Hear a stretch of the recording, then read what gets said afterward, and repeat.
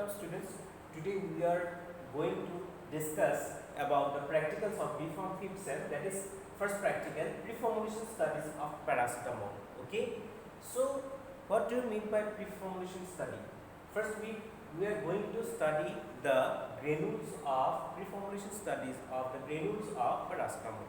Okay. First everyone you should know that preformulation study is the most important part of the drug or drug formulation study. Okay.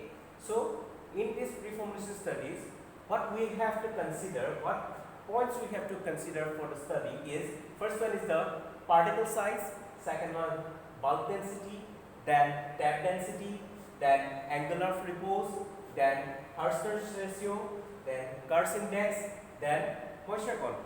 Okay. So these are the parts we are going to discuss in this session that is given in that blackboard. Okay. First one is the particle size.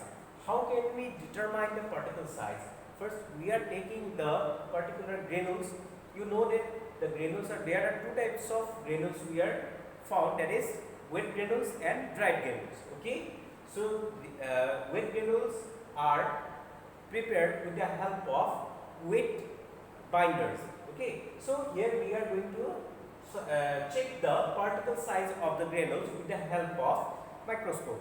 Then we are checking the bulk density of that particular granules in a measuring cylinder. Okay. I will give all the every discussions I will show the all videos of how to calculate particle size, bulk density, density, angle of repose, Harsner's ratio, Kerr's index and moisture content. Okay. So let's start with the practicals.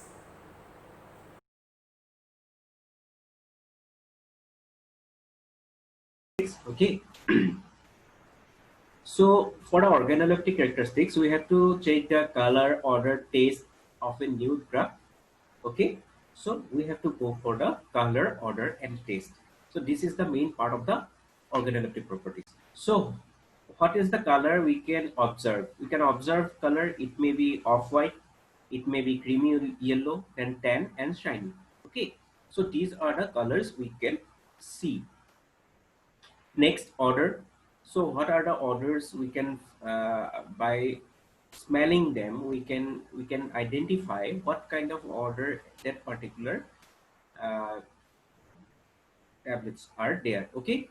So it is pungent, then sulfurous, then fruity, then aromatic or odorless. Okay. So next come to the taste. So taste is mainly acidic, bitter, bland, intense, sweet or tasteless. Okay.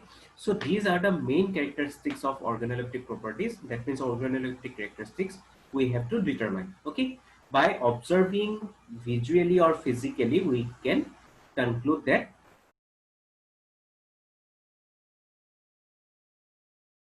particle size. So how can you determine the particle size? The particle size is characterized by using three terms. Okay.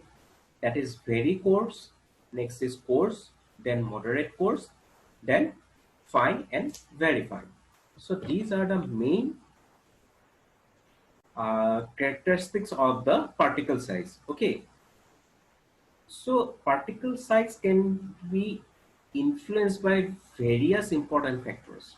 So these important factors are dissolution rate, suspendability, uniform distribution, then penetrability and lack of grittiness.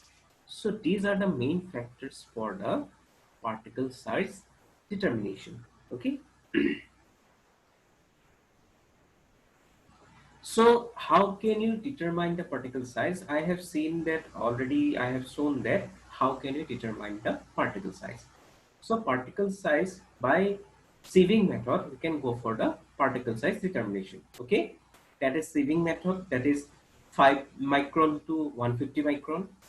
Another one is microscopic particle size determination, that is 0.2 micron to 100 micron.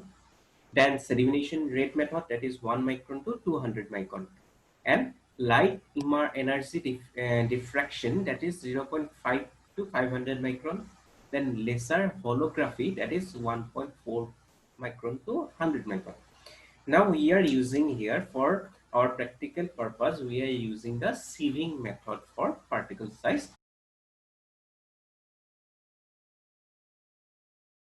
For the characterization of solid forms, for the analytical method, so we can go for the microscopy, then hot stage microscopy, thermal analysis, X-ray diffraction, then infrared spectroscopy, etc. etc. So these are the techniques you have seen that we can go for the physical characterization of solid forms.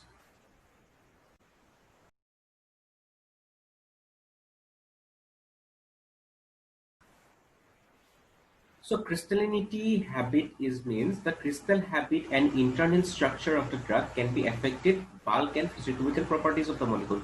Already we have noted. That means what is the size and shape? Mainly the shape. Okay. If the shape determines the properties of the particular drug. It may be crystal, it may be amorphous, or it may be powder like that. Okay.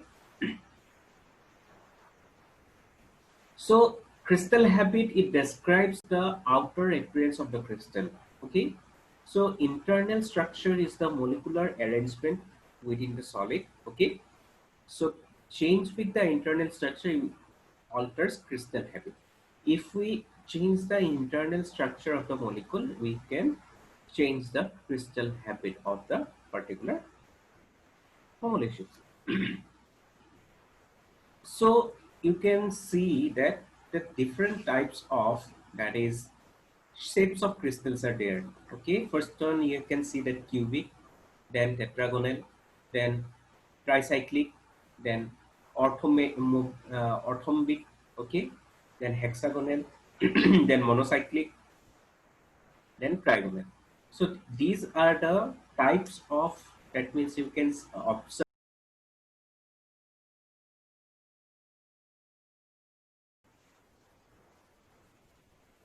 So how can we determine the powder flow properties?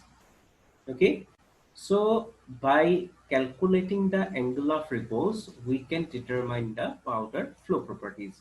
Okay, so I have demonstrated the powder, how can we determine the angle of repose. Okay, so so powder flow properties is mainly calculated by calculating of angle of repose. So you can see the table that from lesser, if angle of degree of angle of repose is less than 25, then type of flow properties is excellent. Okay. So how can we determine the angle of repose? The formula is tan theta is equal to h by r, where theta is the angle of repose and h is the height of the pile and r is the radius. Okay. So in video I have already seen demonstrate that what is the height of the pile. If you uh, in a tripod stand, if you put one funnel and we are passing allow the granules to pass through the funnel and it falls down in the surface. Okay, and what is the how much, that means radius, that is covered by the particular granules in the surface, that is the radius of the total, that is the total radius, and height of the pile means how much height the total, that means drugs are up to how much height, that is the height of the pile. So next come to the table. If the angle of repose in bit, that means lesser than 25, then the type of flow is excellent. Okay. Next, if it is in between 25 to 30, then the type of flow properties is very good. Now, it is in between 30 to 40, the angle of repose is in between 30 to 40, then the flow property is possible. Okay.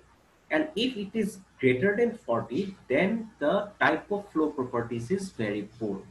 So after by determination of angle of repose, we can check the flow properties of the powder. That means if it is less than 25, then we can conclude that the flow property of the particular granules or particular drug substance is very, that means excellent.